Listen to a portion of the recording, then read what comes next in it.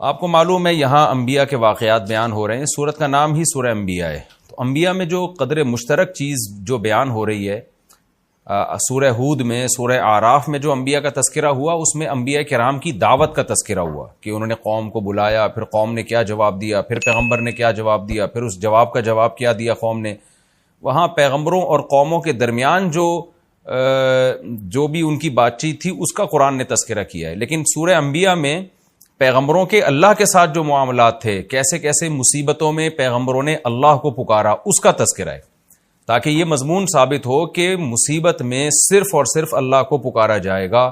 تمام پیغمبروں نے مشکلات میں اللہ کو پکارا ہے اور اللہ نے ان کی مشکلات کو دور کیا ہے. تو اس حوالے سے یہ سورت قرآن کی دوسری سورتوں سے ممتاز ہے. دوبارہ مختصر بتاتا ہوں، دوسری سورتوں میں کیا ہے؟ انبیاء کی دعوت، کہ پیغمبروں نے قوم کو کیسے دعوت دی اور قوم نے جواب میں کیا کہا اور پھر قوم کا انجام کیا ہوا. جبکہ سورہ انبیاء میں جو پیغمبروں کا تذکرہ ہے کہ ان پیغمبروں کا اللہ کے ساتھ کیا معاملہ تھا. ہاں یہاں دعوت کا بھی تذکرہ ہے، لیکن دعوت کا تذکرہ کم ہے. وَنُوحًا إِذْ نَادَىٰ مِن قَبْلُ، اور نوح کا تذکرہ بھی کیجئے جب انہوں نے پہلے پکارا، یعنی ابراہیم سے بھی پہلے، کیونکہ اس سے پہلے حضرت ابراہیم کا تذکرہ گزرا ہے.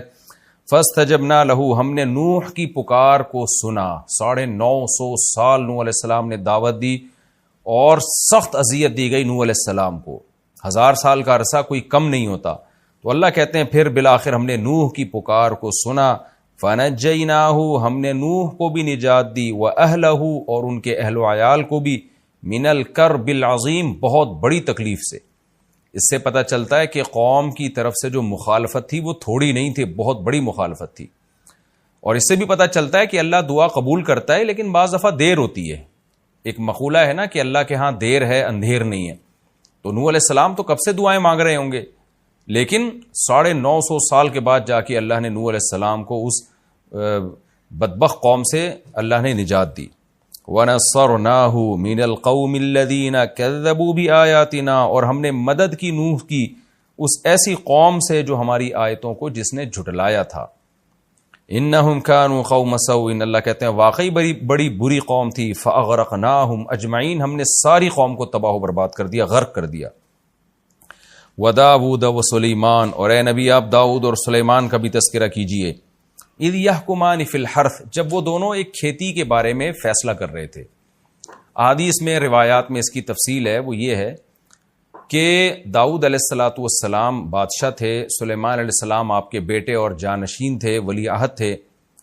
آپ کے پاس ایک کیس آیا کہ ایک بکریوں کا ریوڑ پورا گھس گیا ایک کھیت میں اور بہت نقصان پہنچایا اس نے کھیت کو.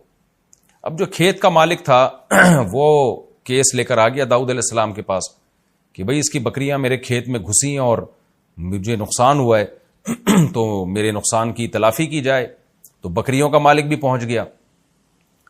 تو داؤد علیہ السلام نے قیاس کے مطابق فیصلہ کیا، سیدھا. وہ فیصلہ یہ تھا کہ بھئی بکریوں نے جتنا نقصان پہنچایا ہے، کیونکہ یہ غلطی بکریوں کے مالک کی ہے، اس کا کام تھا اپنے ریوڑ کی حفاظت کرنا، اس نے حفاظت نہیں کی.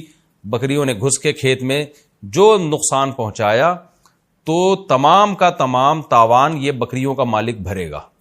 لیکن کمال کی بات یہ تھی کہ وہ تاوان اتنا زیادہ آ رہا تھا جو بکریوں کی ریوڑ کی قیمت کے برابر تھا. یعنی اتنا فصلوں کو نقصان ہو گیا تھا کہ اس فصل سے جو آمدن ہوتی وہ بکریوں کی قیمت کے برابر تھی.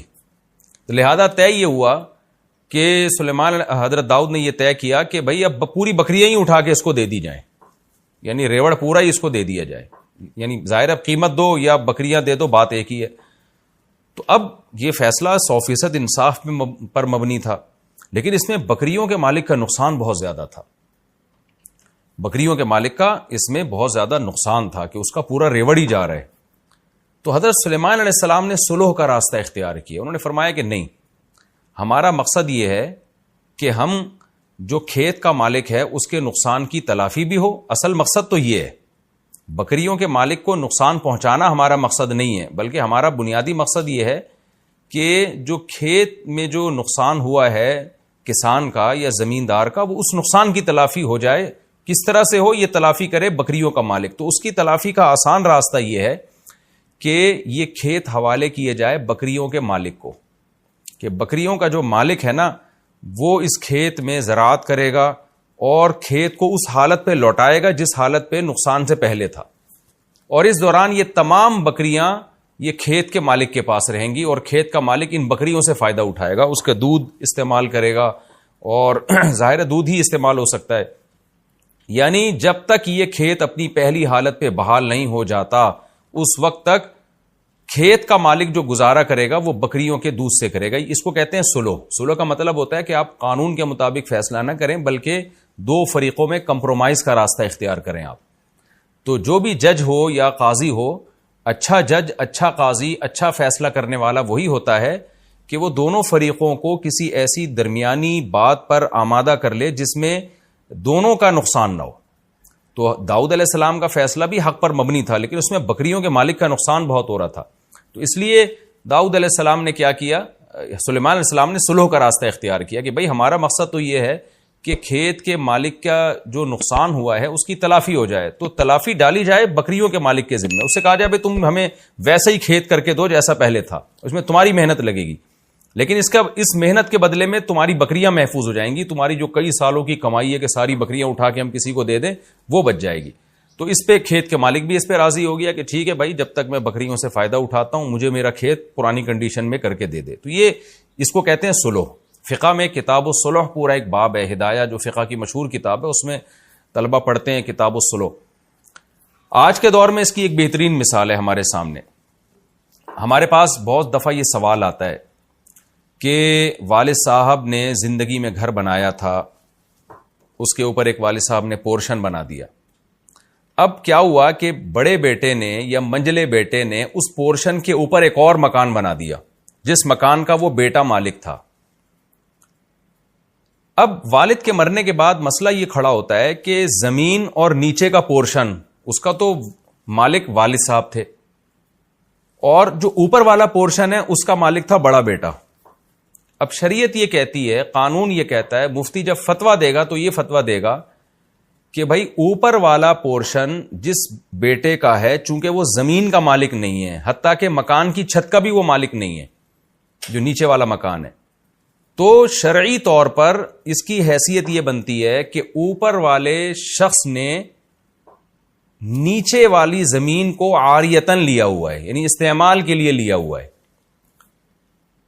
بھائی میں آپ کو اپنی بائک دیتا ہوں استعمال کے لیے، میں آپ کو اپنی گاڑی دیتا ہوں استعمال کے لیے، تو جو اپنی کوئی بھی چیز استعمال کے لیے کسی کو دیتا ہے اسے ہر وقت حق ہوتا ہے کہ وہ اپنی چیز واپس لے لے، چاہے وہ 100 سال کے لیے بھی دے، لیکن عاریتن دیا ہے نا، تو حق ہے۔ میں آپ کو اپنی گاڑی دیتا ہوں استعمال کے لیے، بائک دیتا ہوں، میں کہتا ہوں جی میں نے آپ کو 20 سال کے لیے دی ہے، لیکن کل میرا دماغ گھوم جاتا ہے، میں کہتا ہوں جی واپس کرو، مجھے نہیں، یہ تو کیونکہ ایک تبرع ہے نا، احسان ہے، تو جب چاہیں آپ اپنی زمین واپس لے لیں، اپنی گاڑی واپس لے لیں۔ تو جیسے آپ کسی کو سواری کے لیے اپنی گاڑی دیتے ہیں تو عاریتن آپ کسی کو اپنی زمین بھی دے سکتے ہیں کہ بھئی یہ میری زمین ہے، اس پہ چاہو اپنا گھر بنا لو۔ اب کسی شخص نے آپ کی زمین پہ اپنا گھر بنا لیا تو آپ کو شریعت ہر وقت یہ حق دیتی ہے کہ آپ کسی بھی وقت اس سے کہہ سکتے ہو مجھے اپنی زمین چاہیے اور یہ مکان خالی، یعنی گھر توڑ کے لے جاؤ، بڑا ملبہ اٹھاؤ یہاں سے، یہ شرعی طور پہ حق ہے۔ تو جب بھی آپ کسی کے گھر پہ اپنا گھر بناتے ہیں تو خوب سمجھ لیں، جو نیچے کا جس کا پورشن ہے، جس کے پاس لینڈ ہے، جس کے پاس زمین ہے، اس کو یہ حق ہے کہ وہ کسی بھی ٹائم پہ آپ کو کہہ سکتا ہے کہ یہ مکان اوپر توڑ تاڑ کے لے جاؤ، میری زمین اور میری چھت مجھے خالی کر کے دو، یہ شرعی طور پر اس کو حق ہے۔ اب جب وراثت میں ہمارے پاس اس طرح کا مسئلہ آتا ہے تو ہم جواب لکھتے ہیں، وہ یہی اکثر مفتیان کرام جواب لکھتے ہیں کہ بھئی یہ جو اوپر والا جس نے پورشن بنایا ہے نا، اب نیچے والے وارثین اگر چاہتے ہیں کہ وہ یہ آرڈر دے دیں اوپر والے کو کہ بھئی یہ ہماری چھت خالی کرو اور یہ تم نے جو بنایا تھا یہ توڑ کے واپس لے جاؤ، تو ان کو یہ حق ہے۔ لیکن آپ کو پتہ ہے اس میں اوپر والے کا نقصان بہت ہے، اس نے لاکھوں روپے لگا کے ایک فلیٹ بنایا اور فتویٰ یہ دیا جا رہا ہے کہ جی توڑ کے لے جاؤ، تو پھر مفتی صلح کا راستہ یہ ایسی صورت میں اختیار کرتا ہے، جو ہم کرتے رہتے ہیں، لوگوں کو بتاتے رہتے ہیں کہ بھئی دیکھو، بجائے اس کے کہ آپ جس بھائی نے اوپر کا پورشن بنایا تھا اب اس کو توڑنے کا آرڈر دیا جائے گا، آرڈر دیں گے تو اس کو توڑنا پڑے گا، لیکن اس میں اس کا نقصان بہت ہے، تو ہم کوئی ایسی صورت اختیار کر لیتے ہیں جس میں اس کا بھی نقصان نہ ہو اور نیچے والوں کا بھی نقصان نہ ہو، تو اس میں پھر صلح کا راستہ اختیار کیا جاتا ہے۔ پھر یہ کہا جاتا ہے بھائی یہ دیکھا جائے کہ اوپر والے گھر اگر نہ ہوتا تو اس پورے مکان کی قیمت کیا ہوتی، اوپر والا گھر بننے کی وجہ سے اس پورشن کی قیمت کیا یعنی اس پورے مکان کی قیمت میں کتنا اضافہ ہوا ہے، تو آپ ایسا کریں کہ اوپر والے بھائی کو وہ قیمت دے کے وہ مکان اس سے لے لیں آپ، اور وہ وراثت میں اس کو شامل کر لیں. تو یہ بھی صلح کا راستہ ہے، اس میں نہ اوپر والے کو نقصان ہوا نہ نیچے والے کو نقصان ہوا، اور توڑنے میں تو سب کا نقصان ہے. تو بعض دفعہ شرعی قانون ایک طرف رہنمائی کر رہا ہوتا ہے، لیکن جو ماہر مفتی ہوتے ہیں یا ماہر قاضی ہوتے ہیں وہ صلح کا راستہ اختیار کرتے ہیں تاکہ دونوں فریقوں میں سے کسی کو بھی نقصان نہ ہو، اور جو مقصد تھا نقصان سے بچانا وہ حاصل ہو جائے. تو یہ کتاب الصلح پورا ایک فقہ کے میں ایک پورا باب ہے، اور ہماری عدالتوں میں تو صلح کا کوئی سیٹ اپ ہے ہی نہیں. میرے پاس ایک دفعہ کیس آیا، مجھے یاد ہے کہ 2 شخص کا جھگڑا تھا، لاکھوں روپے کا ان کا مسئلہ چل رہا تھا. تو مجھے پتا تھا کہ اس میں جب ایک کے حق میں فیصلہ کیا جائے گا تو دوسرے کو بہت شدید نقصان ہوگا اس میں. تو وہاں اکثر ہم بھی صلح کا راستہ اختیار کرتے ہیں کہ بھئی کچھ دو کچھ لو کی پالیسی اختیار کر کے اس پھڈے کو ختم کرو. تو یہ راستہ ہمیں اختیار کرنا چاہیے. تو یہاں بھی اللہ تعالیٰ نے حضرت سلیمان علیہ السلام کی تعریف اس لیے کی کہ داؤد علیہ السلام نے جو فیصلہ کیا وہ بھی شریعت کے مطابق برحق فیصلہ تھا، لیکن سلیمان علیہ السلام نے کمپرومائز کا راستہ اختیار کیا کہ بھئی بکریوں کے مالک نے جان کر تو بکریاں نہیں بھیجی نا جنہوں نے کھیت تباہ کر دیا. تو ٹھیک ہے قانونی لحاظ سے تو ساری بکریاں اس کو دینی پڑیں گی کھیت کے مالک کو، لیکن اس میں بیچارے کا نقصان کتنا ہے. تو کیوں نہ ہم کوئی کمپرومائز والا راستہ اختیار کریں، اس کو بھی نقصان نہ ہو اور جو کھیت کا مالک ہے اس کے نقصان کی تلافی بھی ہو جائے. تو آج بھی بہت سے لوگوں کو نا بس وہ ٹو دا پوائنٹ بات کرنے کی عادت ہوتی ہے، اور وہ ایسے فیصلے کرتے ہیں کہ وہ سوسائٹی میں اس فیصلے کو لوگ قبول نہیں کرتے. تو جو حکمت پر مبنی لوگ ہوتے ہیں، جو حکیم ہوتے ہیں، حکمت والے ہوتے ہیں، وہ کوشش یہ کرتے ہیں کہ ایسا فیصلہ سنایا جائے جو دونوں کے لیے سوٹیبل ہو. تو قرآن نے یہی بتایا کہ وہ داؤد و سلیمان، اور داؤد اور سلیمان کا بھی تذکرہ کیجئے. اذ یحکمان فی الحرث، جب دونوں ایک کھیتی کے بارے میں فیصلہ کر رہے تھے. اذ نفشت فیہ غنم القوم، جب قوم کی بکریاں اس میں، یعنی قوم سے مراد لوگوں کی بکریاں، کوئی خاص فرد تھا وہ مراد ہے، یعنی وہ ایک قوم ہی کا فرد تھا نا، وہ ان کی بکریوں کا ریوڑ اس میں گھس گیا. وَكُنَّا لِحُكْمِهِمْ شَاهِدِينَ، اور ہم سلیمان اور داؤد کے فیصلے کو دیکھ رہے تھے کون اس میں کیا فیصلہ کرتا ہے. فَفَهَّمْنَاهَا سلیمان، ہم نے سلیمان کو سکھا دیا، وہ سلیمان کے دل میں ہم نے ڈال دیا کہ اس طرح سے کرنا ہے. تو اللہ حضرت سلیمان کی تعریف اور یہ اس صلح کے راستے کی تعریف اللہ تعالیٰ اس لیے کر رہے ہیں تاکہ اس امت کی رہنمائی ہو، کہ امت بھی ہمیشہ صلح کے راستے کو اختیار کرے، صرف فیصلے تھوپنے والا کام نہ کرے. وَكُلًّا آتَيْنَا حُكْمًا وَعِلْمًا، اللہ کہتے ہیں اب ایسا نہ ہو کہ داؤد کی تمہاری نظر میں ویلیو کم ہو جائے کہ داؤد علیہ السلام کو تو پتہ نہیں تھا، سلیمان کو پتہ چل گیا. اللہ کہتے ہیں نہ، ہم نے دونوں کو حکمت اور علم دیا تھا، داؤد کو بھی سلیمان کو بھی. لیکن بعض دفعہ ایسے ہوتا ہے کہ اسپیسیفک کسی خاص واقعے میں کسی کی توجہ چلی جاتی ہے، کسی کی نہیں جاتی. تو اللہ کہتے ہیں داؤد بھی حکمت والے اور علم والے تھے، سلیمان بھی حکمت والے اور علم والے، لیکن اس واقعے میں ہم نے سلیمان کو زیادہ سیدھے راستے کی طرف رہنمائی کی. وَسَخَّرْنَا مَعَ دَاوُودَ الْجِبَالَ، اور ہم نے داؤد کے ساتھ پہاڑوں کو مسخر کر دیا. اچھا، اس پچھلے واقعے میں ایک سبق یہ بھی ملتا ہے کہ قرآن کہتا ہے کہ ہم نے سلیمان کو زیادہ اچھا سمجھایا، لیکن پھر قرآن داؤد علیہ السلام کی توہین سے بھی ہمیں بچا رہا ہے کہ تم یہ نہ سمجھو کہ داؤد کے پاس علم اور حکمت نہیں تھا، وہ بھی بڑے حکمت والے اور علم والے تھے. اس میں بھی اس طرف اشارہ ہے کہ بعض دفعہ ایک کم درجے کا شخص، اس کی توجہ کسی اچھے فیصلے کی طرف چلی جاتی، اور جو زیادہ ذہین ہوتا ہے، زیادہ علم والا ہوتا ہے، اس کی توجہ نہیں جاتی. تو اس سے یہ ثابت نہیں ہو جاتا کہ جس کے دماغ میں اچھا خیال آیا وہ ہر لحاظ سے پہلے سے برتر ہے. بعض دفعہ ہوتا ہے کہ آپ زیادہ ذہین ہیں اور دوسرا کم درجے کا ذہین ہے، لیکن اس کم درجے کے ذہین کی توجہ چلی گئی اور آپ کی توجہ نہیں گئی. تو اس سے اس کم درجے والے کو یہ نہیں سمجھنا چاہیے کہ جی میں بہت ذہین ہوں یا میرے پاس علم زیادہ ہے. یہ جزیات ایسی ہیں کہ احیاناً اس طرح ہو جاتا ہے کہ ایک کم علم والے کی توجہ چلی جاتی ہے، زیادہ علم والے کی توجہ نہیں جاتی. وَسَخَّرْنَا مَعَ دَاوُودَ الْجِبَالَ، اللہ کہتے اور ہم نے داؤد کے ساتھ مسخر کر دیا تھا پہاڑوں کو. یسبحنا، کیسے مسخر کیا کہ پہاڑ بھی تسبیح بیان کیا کرتے تھے. دوسرے مقام پہ ہے نا قرآن میں، یا جبال اوبی معہ والطیر، اے پہاڑوں تم بھی داؤد کے ساتھ اللہ کی حمد و ثنا کرو، اور اے پرندوں تم بھی کرو. تو پہاڑ بھی تسبیح بیان کرتے تھے. دیکھیں قرآن سے پتہ چلتا ہے کہ اس کائنات کی ہر چیز اللہ کی تسبیح بیان کرتی ہے. سورہ نور میں ہے وَإِن مِّن شَيْءٍ إِلَّا يُسَبِّحُ بِحَمْدِهِ، ہر چیز اللہ کی تسبیح بیان کرتی ہے. تو سوال پیدا ہوتا ہے کہ جب ہر چیز تسبیح بیان کرتی ہے تو یہاں داؤد علیہ السلام کی کیا خصوصیت ہوئی کہ ہم نے پہاڑوں کو مسخر کیا اور وہ بھی تسبیح کرتے تھے؟ تو اس سے صاف پتہ چلتا ہے کہ ویسے تو ہر چیز بزبان حال اللہ کی تعریف کر رہی ہے، لیکن جو داؤد علیہ السلام کا معجزہ تھا وہ یہ تھا کہ باقاعدہ سبحان اللہ الحمدللہ کی پہاڑوں سے آوازیں آیا کرتی تھی. یہ معجزہ تھا داؤد علیہ السلام کا. یہ داؤد علیہ السلام جب زبور تلاوت کرتے یا اللہ کی حمد و ثنا کرتے تو پہاڑوں سے بھی لا الہ الا اللہ کی اور پرندوں سے بھی لا الہ الا اللہ کی آوازیں آنا شروع ہو جایا کرتی تھی. وَكُنَّا فَاعِلِينَ، اللہ کہتے ہیں اور یہ سارے کام ہم کر رہے تھے. یہ بھی ایک اشکال کا جواب ہے کہ پہاڑ کیسے اللہ کی تسبیح بیان کر رہے ہیں، پرندے کیسے کر رہے ہیں؟ تو اللہ کہتے ہیں پرندہ نہیں کر سکتا زبان کے ذریعے کہ وہ زبان انسان کی سمجھ میں آئے، پہاڑ نہیں بول سکتا، لیکن یہ سارے کام ہم کر رہے تھے. اسی سے علماء نے استدلال کیا ہے کہ جتنے بھی معجزے پیغمبروں سے صادر ہوتے ہیں ان کا اصل فاعل اللہ ہوتا ہے، پیغمبر نہیں ہوتے. تو اس لیے اللہ کہہ رہے ہیں سارے کام میں کر رہا تھا، داؤد نہیں کر رہے تھے یہ سارے کام، کہ ان کے حکم پر پہاڑوں کا سے جو آواز آئی ہے تو یہ آواز ہم نے نکالی ہے پہاڑوں سے. وَعَلَّمْنَاهُ صَنْعَةَ لَبُوسٍ لَكُمْ، اللہ کہتے ہیں ہم نے داؤد کو سکھایا صنعۃ لبوس. لبوس کی تشریح میں کر چکا ہوں ترجمے میں. زرہیں جو جنگی لباس ہوتے ہیں نا، سر سے پاؤں تک انسان لوہے کا لباس پہن کے وہ ڈھک جاتا ہے، پھر دشمن کے لیے آپ کو تلوار تیر کے ذریعے نقصان پہنچانا بہت مشکل ہوتا ہے.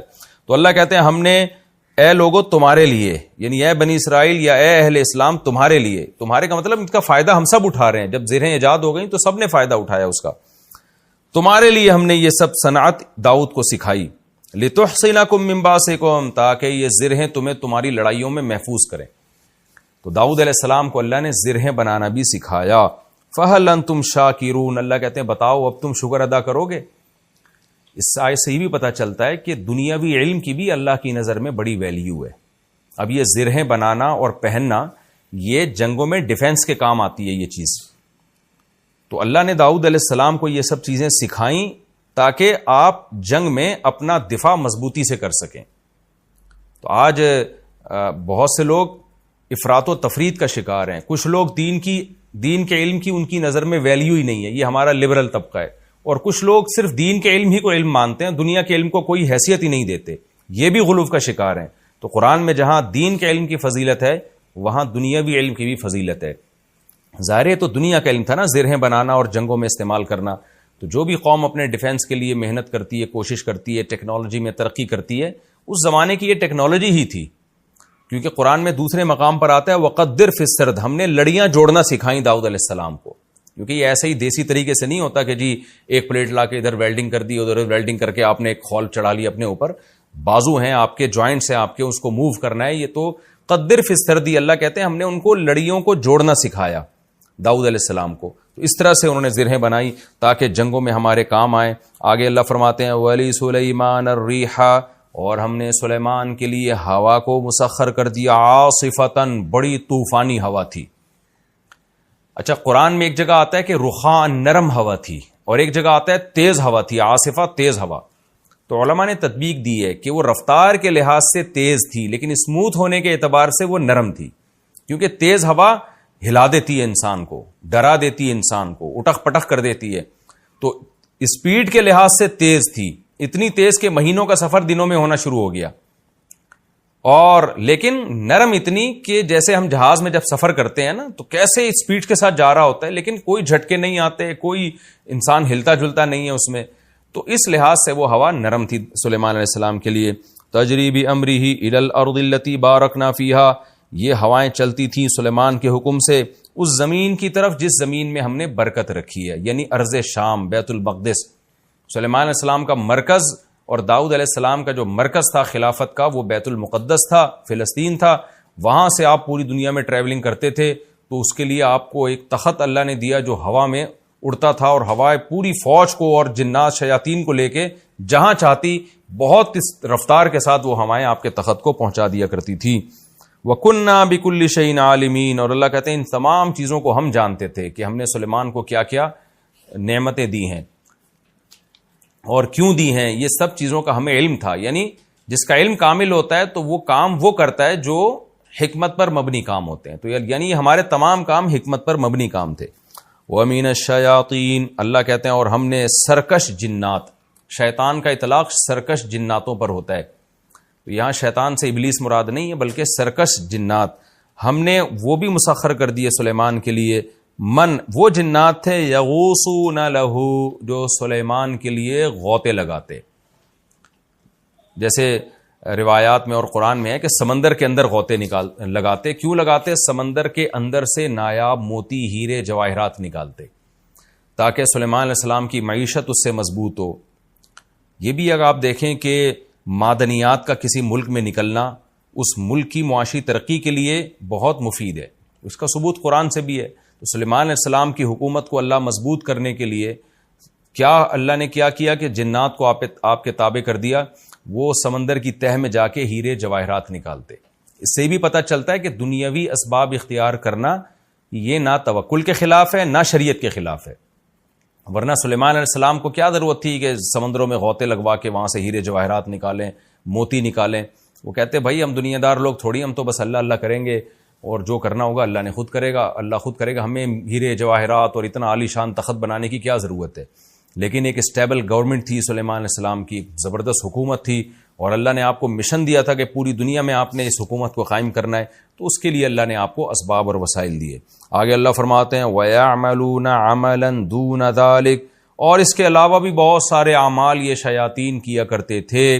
دوسرے مقام پہ آتا ہے، وہ جب ہم وہاں پہنچیں گے تو وہاں میں اس کا تفصیلی تذکرہ کروں گا کہ وہ جنات سلیمان علیہ السلام کی جو فوجیں تھیں نا ان کے لیے بڑے بڑے دیگڑے بنایا کرتے تھے تاکہ وہ فوجی بیرکوں میں جا کے اس میں کھانا کھائیں. تو اتنے بڑے بڑے برتن بنایا کرتے تھے اور قلعے بنایا کرتے تھے اور وتماثیل وجفان کالجواب وقدور الراسیات. تو ایسے بہت سارے کام، بڑی بڑی عمارتیں بنایا کرتے تھے ان کے لیے. تو بہت سارے کام جو انسانوں کے لیے بنانا بہت مشکل تھا تو جنات کے ذریعے سلیمان علیہ السلام وہ کام کیا کرتے تھے. آگے اللہ فرماتے ہیں وَكُنَّا لَهُمْ حَافِظِينَ سوال پیدا ہوتا ہے اتنے بڑے بڑے سرکش جنات سلیمان کے تابع کیسے ہو گئے؟ ظاہر ہے جو جن سمندر میں گھس کے اس کی تہ سے موتی نکال کے لا رہا ہے اور بڑے بڑے پہاڑوں پہ پتھروں کو لے کے جا رہا ہے تو انسان کو بھی بڑا نقصان پہنچا سکتا ہے اور انسان کے تابع کیوں بنے گا؟ اس کا اللہ نے جواب دیا وَكُنَّا لَهُمْ حَافِظِينَ ان جنات کی حفاظت ہم کر رہے تھے. حفاظت کا مطلب پہرا ہم دے رہے تھے کہ وہ سرکش نہ ہونے پائیں. اس سے پتہ چلتا ہے کہ آج کے عاملین جو کہتے ہیں نا ہم نے جناتوں کو تابع کیا ہوا، یہ جھوٹ بولتے ہیں. جنات کو تو اللہ نے تابع کیا تھا، سلیمان علیہ السلام کے لیے مسخر کیا. تو تبھی تو قرآن اشکال کا جواب دے رہا ہے کہ اتنے پاورفل جنات انسان کے فرما بردار کیسے بن گئے؟ تو اللہ کہتے ہیں وہ خود تھوڑی بنے، کننا لہم حافظین ہم حفاظت کر رہے تھے ان کی، ہم نے ان کو ہلنے نہیں دیا، سلیمان کا روب ان کے اوپر ڈال دیا. تو آج کے عامل نہ تو سلیمان علیہ السلام ہیں نہ یہ اتنے پاورفل ہیں کہ یہ جنات کو اپنے قابو میں لیں. حقیقت یہ ہے کہ جنات نے ان کو اپنے قابو میں لیا ہوا ہوتا ہے اور پھر ان سے الٹے الٹے کام جنات کروا رہے ہوتے ہیں. وَأَيُّوبَ إِذْ نَادَىٰ رَبَّهُ اللہ کہتے ہیں ایوب کا بھی تذکرہ کیجئے، ان کی بھی پکار ہم نے سنی. اذ نادى ربه جب انہوں نے اپنے رب کو پکارا، انی مسنی الضر اے اللہ مجھے بیماری پہنچی ہے، وانت ارحم الراحمین تو رحم کرنے والوں میں سب سے زیادہ رحم کرنے والا ہے. دیکھیں ایوب علیہ السلام کئی سال کسی خطرناک اور تکلیف دہ بیماری میں پڑے رہے. وہ بیماری کیا تھی اس کا ہمیں حدیث میں تذکرہ نہیں ملتا، جو بھی تھی لیکن تکلیف دہ بیماری تھی. اسی بیماری میں کہا جاتا ہے کہ ایک وبا پھیلی جس میں ایوب علیہ السلام کے اہل و عیال کا بھی انتقال ہو گیا. آپ کو اللہ نے خوب اولاد دی تھی، ساری اولاد اسی وبا میں، یا تو وبا تھی کہ سارے اہل خانہ اس کی لپیٹ میں آئے، یا وبا نہیں تھی ویسے ہی کوئی بیماری کی وجہ سے سارے اہل و عیال کا انتقال ہو گیا. صرف آپ کی ایک زوجہ بچی تھی جنہوں نے آپ کی بڑی خدمت کی. جیسے کہ سورہ سعد میں آتا ہے کہ حضرت ایوب علیہ حدیث میں بھی اس کی تفصیل ہے کہ ایوب علیہ السلام کی زوجہ نے بہت صبر کیا اپنے شوہر کی بیماری پہ، کئی سال اپنے شوہر کی خدمت کرتی رہیں. لیکن ایوب علیہ السلام چونکہ اتنا عرصہ بیمار تھے، جب انسان بیمار ہوتا ہے اس کی طبیعت میں تھوڑا سا چڑچڑا پن پیدا ہو جاتا ہے. تو ان کی زوجہ سے ایک دن آپ کی خدمت میں کچھ کوتاہی ہوئی. حضرت ایوب علیہ السلام کو غصہ آیا، آپ نے فرمایا میں ٹھیک ہو گیا تو تجھے 100 کوڑے ماروں گا میں. لیکن بعد میں آپ کو ندامت ہوئی کہ بھئی یہ میری بیوی تو بڑی نیک ہے، اس نے بیماری میں اتنی خدمت کی ہے. جب ٹھیک ہو گئے نا تو اب پریشان کہ اللہ میں تو اپنی قسم اور پیغمبر قسم کے بھی کبھی بڑا خیال کرتے ہیں کہ میں کیسے اس خدمت گزار بیوی کو جو ہے 100 کوڑے ماروں. اب اپنی قسم کو دیکھتے اور اپنی بیوی کو دیکھتے تو اللہ نے آپ کو ہیلا بتایا, وَخُذْ بِيَدِكَ ضِغْثًا فَاضْرِب بِهِ وَلَا تَحْنَثْ. اے ایوب تو اپنی زبان کی بھی لاج رکھ, قسم بھی پوری کر لے.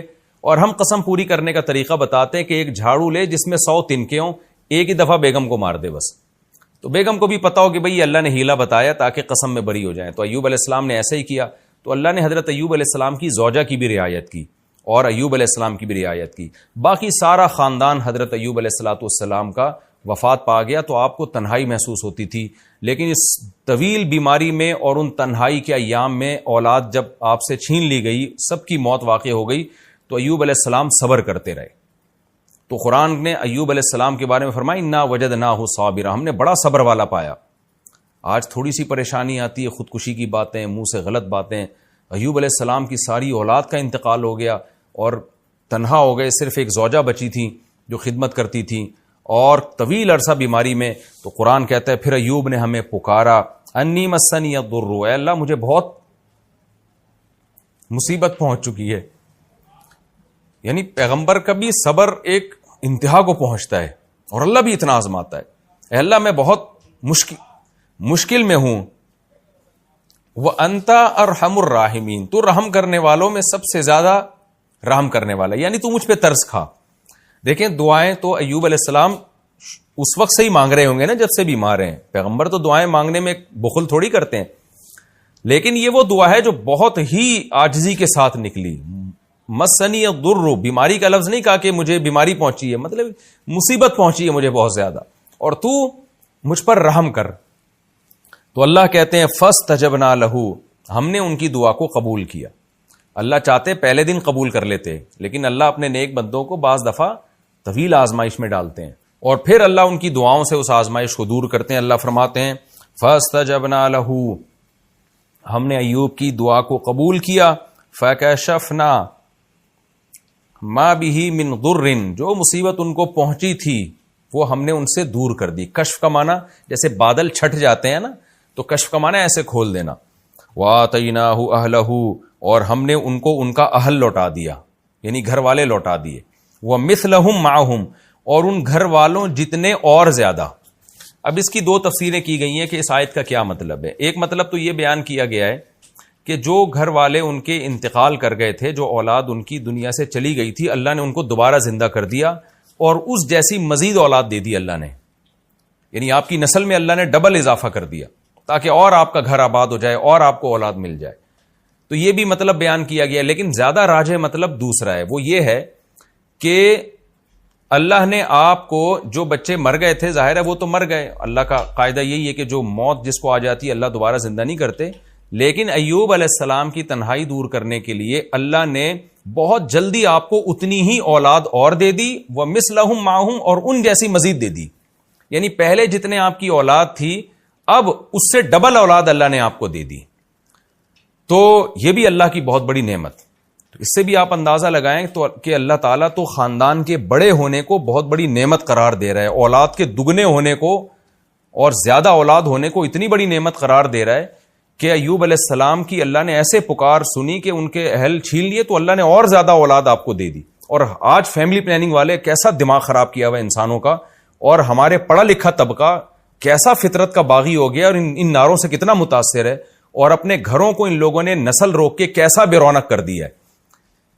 میں بار بار جب جاتا ہوں نا مالداروں کے گھروں میں, جب بھی میں جاتا ہوں مالداروں کے گھروں میں اور بڑے بڑے بنگلے دیکھتا ہوں اور دیکھتا ہوں ان کے ایک آدھ سے زیادہ بچہ نہیں ہے, تو مجھے بار بار یہ آیت یاد آتی ہے, نسوا اللہ فانساہم انفسہم, یہ اللہ کو بھول گئے, اللہ نے ان کو اپنے فائدے کی چیزیں بھلا دی. تو ان کے گھروں کی رونقیں ختم ہو گئی, محبتیں ختم ہو گئی نسل روک روک کے. بس ایک ہی چیز دماغ میں خناس بھر گیا ہے کہ پیسہ پیسہ پیسہ پیسہ پیسہ, نسل روکو تاکہ پیسہ بچاؤ ورنہ بھوکے مر جائیں گے. تو اس کا عذاب ان کے اوپر یہ آیا ہے کہ نہ ان کے داماد ہوتے ہیں, نہ ان کی بہویں ہوتی ہیں, نہ بڑھاپے میں ان کے پوتے نواسے ہوتے ہیں, بس ایک آدھ بچہ اور ہزار ہزار گز کے بنگلے اور دیواریں ان کو کھا رہی ہوتی ہیں. تو یہ اللہ نے کتنا بڑا فضل کیا کہ ہمیں اسلام کی نعمت دی اور ہمیں ہدایت دے دی تاکہ ہم ان مغرب کے ان زہریلے ناروں سے متاثر نہ ہو. یہ بڑے زہریلے نعرے ہیں جو بڑے میٹھے شیرے میں رکھ کے نا لالی پاپ ہمیں دی جا رہی ہے، اور یہ بتایا جا رہا ہے کہ یہ تمہارے فائدے کی چیزیں، حقیقت میں اس سے آپ کا خاندان تباہ ہو رہا ہے، آپ کی محبتیں تباہ ہو رہی ہیں۔ تو ایوب علیہ السلام کے پر اللہ نے کتنا بڑا احسان کیا، اللہ کہتے ہیں ہم نے مزید اولاد بھی دی اور اس سے جتنی تھی اس کا ڈبل کر کے دے دی ہم نے اولاد۔ آگے اللہ فرماتے ہیں وَآتَيْنَاهُ أَهْلَهُ وَمِثْلَهُمْ مَعَهُمْ رَحْمَةً مِّنْ عِنْدِنَا، یہ سب کام ہم نے اس لیے کہ اپنی طرف سے رحمت کرتے ہوئے، کیونکہ ایوب نے کہا تھا اے اللہ تو ارحم الراحمین ہے۔ تو ایک عام شخص جب رحم کرتا ہے تو زیادہ زیادہ وہ رحم یہ کرتا ہے کہ تکلیف دور کر دے گا آپ کو، لیکن اللہ جب رحم کرتا ہے تو صرف تکلیف دور نہیں کرتا بلکہ اس مزید نعمتیں دے کے اس کی تلافی بھی کر دیتا ہے۔ آگے اللہ فرماتے ہیں ہم نے یہ رحمت کے لیے کیا، وَذِكْرَى لِلْعَابِدِينَ، اور جو ہمارے عبادت کرنے والے، غلامی کرنے والے لوگ ہیں ان کی نصیحت کے لیے ہم نے یہ کام کیا۔ ذکرہ کا معنی نصیحت، تاکہ ایوب علیہ السلام کا واقعہ جب وہ پڑھیں تو جو ہمارے عبادت گزار فرمانبردار لوگ ہیں انہیں نصیحت ہو جائے کہ دیکھو خدا آزماتا ہے، اگر اس آزمائش میں آپ نے صبر کیا تو کیسے ہی نعمتیں اللہ نیک لوگوں کو دیتا ہے، تاکہ ان کو ہمیشہ کے لیے نصیحت ہو جائے۔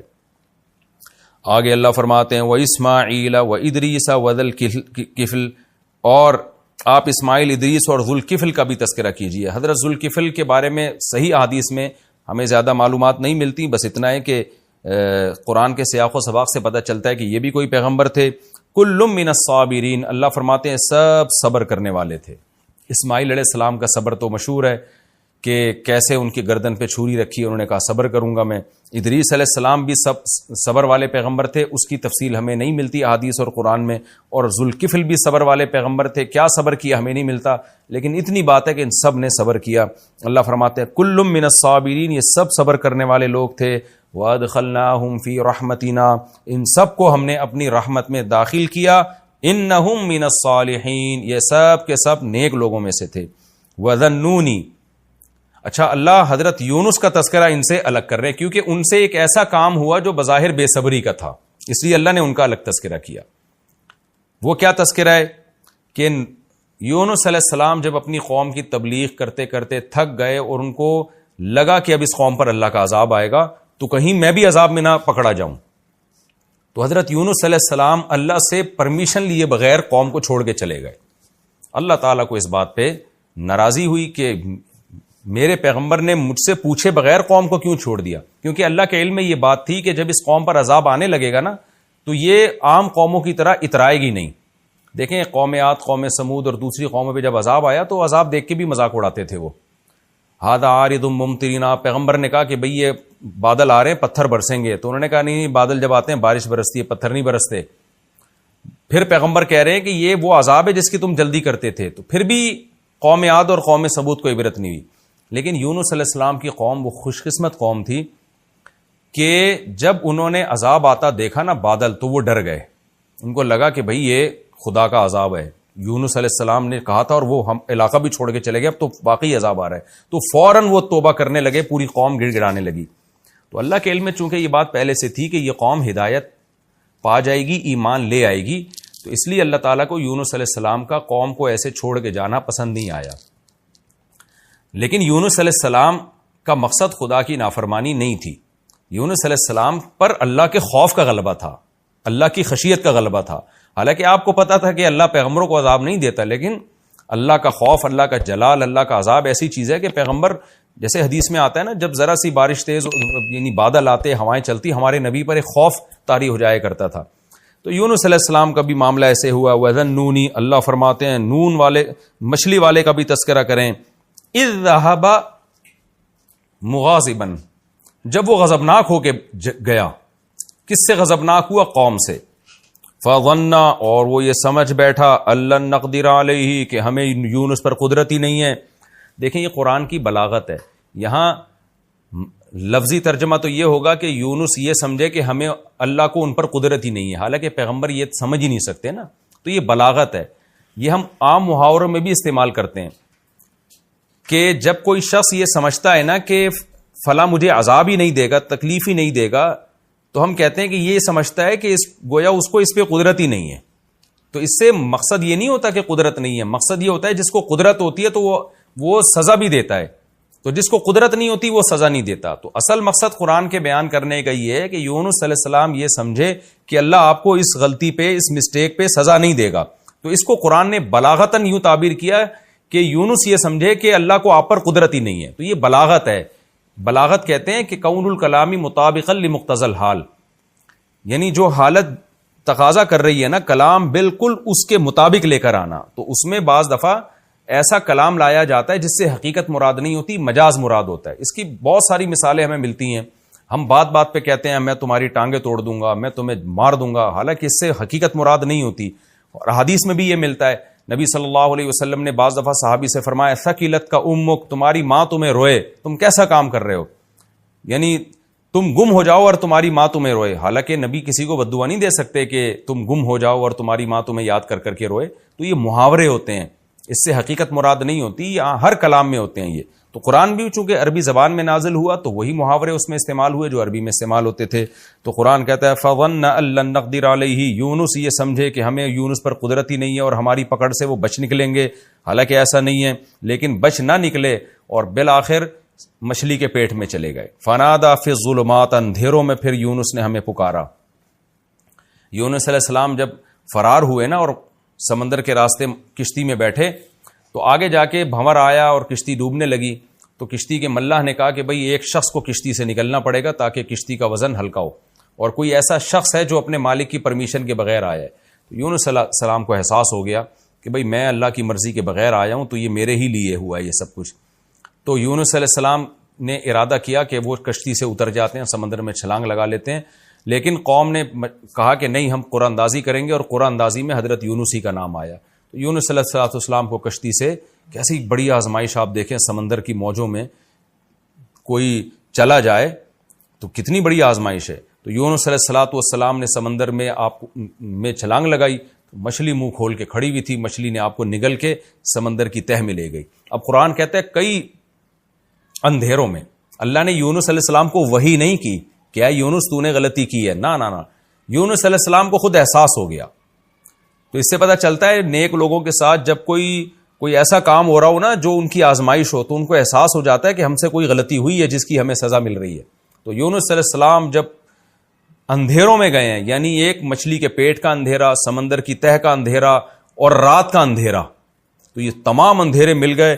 یونس علیہ السلام نے پھر مچھلی کے پیٹ میں پکارا، ان کو احساس ہو گیا کہ مجھ سے کوئی غلطی ہوئی ہے، اور کہا کہ لا الہ الا انت، اے اللہ تیرے سوا کوئی عبادت کے لائق نہیں، یعنی میں صرف تجھی کو پکاروں گا. سبحانک، تو ہر عیب سے پاک ہے. کیا مطلب میرے ساتھ جو تو نے یہ معاملہ کیا کہ مجھے سمندر کی تہ میں پہنچا دیا، کشتی سے نکلوا دیا، تو یہ میرا قصور ہے، تیرا قصور نہیں ہے، کیونکہ تو عیب سے پاک ہے. انی کنت من الظالمین، اور ظالم میں ہی ہوں. تو یہ بھی توبہ کا ایک طریقہ ہوتا ہے کہ اپنی غلطی کا اعتراف کر لینا. اللہ فرماتے ہیں فاستجبنا لہ، ہم نے یونس کی پکار کو سنا. کتنی بڑی فضیلت ہے دعاؤں کی. آج سارا زور لوگوں نے وظیفوں پہ اور روحانی ٹوٹکوں پہ لگایا ہوا ہے. دعائیں مانگنے کا رواج ختم ہو گیا. یونس علیہ السلام نے لا الہ الا انت سبحانہ کی تسبیح نہیں پڑھی تھی وہاں بیٹھ کے، وظیفے کے طور پہ نہیں پڑھا تھا، دعا مانگی تھی اللہ سے. ایوب علیہ السلام نے اللہ سے دعا مانگی، زکریا علیہ السلام نے اللہ سے دعا مانگی. تو آج دعاؤں کو فوکس نہیں کر رہے لوگ. اللہ کہتے ہیں ہمیں پکارا، ہماری حمد و ثنا کی. فاستجبنا لہ، ہم نے یونس کی پکار کو قبول کیا. ونجیناہ من الغم، اور جس غم میں یونس مبتلا تھے، کتنا بڑا غم، کیسا خوف، سمندر کے بیچ میں جائیں کیسا خوف ہوتا ہے. وہ اللہ کہتے ہیں ہم نے یونس کو اس غم سے نجات دی.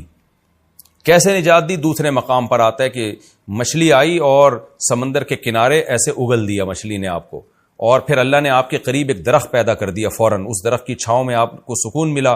پھر اللہ کہتے ہیں ہم نے ان کو آپ کی قوم کی طرف دوبارہ بھیجا.